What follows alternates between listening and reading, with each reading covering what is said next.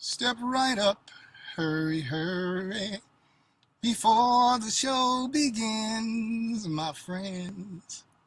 Stand in line and get your tickets. I hope you will attend. There's got to be no sadder show to see. The man with the broken heart, you see that he is sad. He hurt so bad, so bad, so bad. See the girl who has lost the only love she ever had. Well, good evening. Welcome to another edition of Sideshow. I'm on the road, so I'm in the car. Today, I am going to read from my novel, Skiphounds.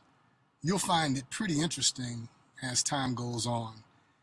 My style of writing is brief and to the point, but it's pretty descriptive. I try to give people a sense of the surrounding, the environment, give them, all five senses: sight, sound, smell, touch, and taste through the text that I lay down. So I'm going to get started because, as I say, these are only 6 minutes long. Bear with me and let's have a little fun. The name of the novel is Skiphounds, and you can find it on Amazon.com. It's only 99 cents if you really want to read it. Most people that have read it have had nothing but high acclaim for it. Skiphounds, Introduction. Now I lay me down to sleep. I pray the Lord my soul to keep. If I should die before I wake, I pray the Lord my soul to take. Anonymous.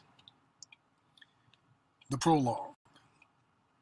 During the winter of 1966-67, a total of 23 children nearly drowned in the Jackson Park Lagoon, a small marshy pond splattered in the shadow of Chicago's Museum of Science and Industry. According to Laura Beda Hospital spokesman, these children were able to survive because the icy cold water induced a state of frozen animation, slowing their bodily functions, thus avoiding the destruction of their vital organs. Doctors unanimously agreed that had any of them been underwater for 20 minutes or more, the outcome would certainly have been different. Some suspect that satanic bounty hunters, skiphounds, were using this desolate lagoon to trap young children whose souls had secretly been pledged to Satan. A local activist preacher confronted their parents one by one, but none dared admit that they had made a pact with the devil. A Chicago Journal investigative reporter dubbed this infamous lagoon the Southside Devil's Triangle. Friday, January 13th, 1967, 7 a.m. 12-year-old Frankie Myers awoke to the distressed roar of a frustrated snow thrower. He bounded from the bed and rubbed his hazel eyes as he ran through the rickety third-floor haunt his mama rented from the old white man who smelled like hard work. Frankie pressed his face against the frosty front room window pane. As far as his wide eyes could see, everything was bedecked with the whitest of white snow. The street and sidewalks had inauspiciously disappeared. The cars parked along the curb were engulfed up to their mounded roofs. They appeared to be sinking towards the center of the earth. Frankie had never seen anything like it. The crippling storm that hit while the city slept had dumped 24 inches of snow. It was the biggest blizzard in Chicago's history. Strangely, not one weatherman had forecast it. Since the inclement weather had forced the closure of all Chicago public schools, Frankie, an outstanding student, would have the day off. His dark-skinned mama, a scantily paid day laborer, had to work anyhow. He would be left to look after himself. No need to worry. Frankie was a big boy, Mama's big boy. Just as Mama was about to leave, Frankie hesitantly asked, "May I go outside and play in the snow?" "I guess so," Mama responded before laying down the rules. "Dress warmly. See that you don't get frostbite. Get home before the street lights come on, and whatever you do, be careful." The door had nearly closed behind her when she urgently stuck her head and shoulders back in and forcefully added, "Frankie, stay away from that Jackson Park Lagoon. Do you understand me? Stay away from that lagoon. Another child nearly drowned there last week. Was it on the news?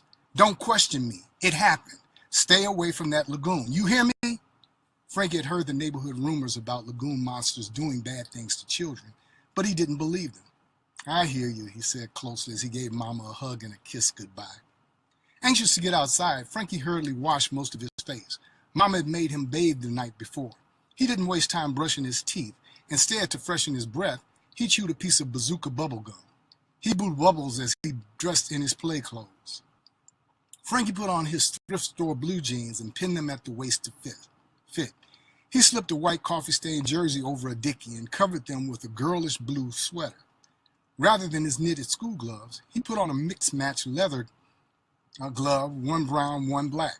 He put on a good pair of socks under a pair that had holes in them. He slipped into his PF Flyer sneakers and stuffed them right then left into his black rubber fireman boots. Frankie put on his green winter coat, the one with the busted zipper that had been repaired so many times it couldn't be repaired anymore. He fastened it tightly with safety pins. After donning his brown wool skull cap, Frankie dashed out the door. The lucky bright red knitted scarf tied around his face and neck flopped in the wind like a kite sail as he ran down all 3 flights of stairs singing a parody. I'm off to see the blizzard, the most wonderful blizzard of all. It was boring outside. Everywhere Frankie went, it was the same old thing. Just a bunch of people shoveling snow and fussing about the weather. He'd forgotten about the lagoon soon after Mama warned him to stay away. He didn't think about it again until he had seen all there was to see elsewhere.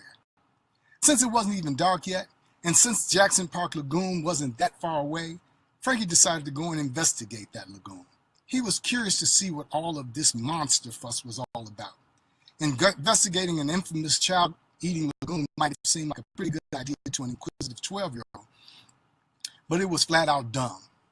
It was about as dumb as touching a hot iron to see just how really hot it is. Frankie entered Jackson Park Lagoon. Everything smelled so clean and fresh. The awesome snow completely blanketed the landscape. It rendered all of the park's interior roadways impassable. There was no traffic anywhere nearby.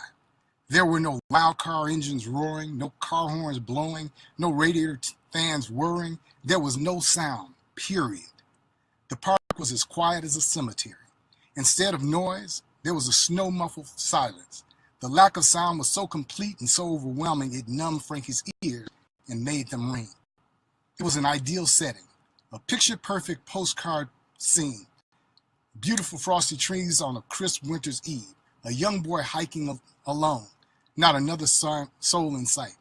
Frankie looked around. When he realized he was completely alone, he momentarily panicked. The last thing he wanted was to be eaten alive. He thought about turning around and going home, but he couldn't. The lagoon begged to be investigated, and he felt obligated. Okay, we're going to stop there, and we'll pick up with that one day later this week. I do this because I want to encourage people to keep the arts alive. You know, in our Chicago public schools and schools around the nation, arts and sports, athletics, intramural, and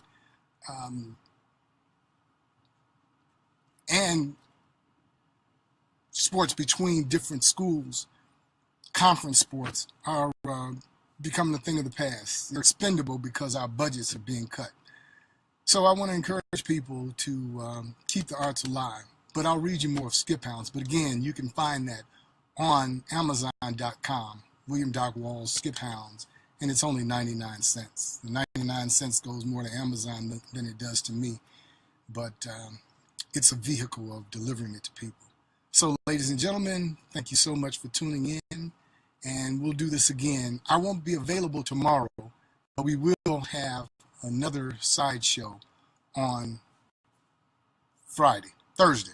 We'll do it on Thursday, 6:30 Central Time, 8:30 Pacific Time, 9:30 Eastern Time.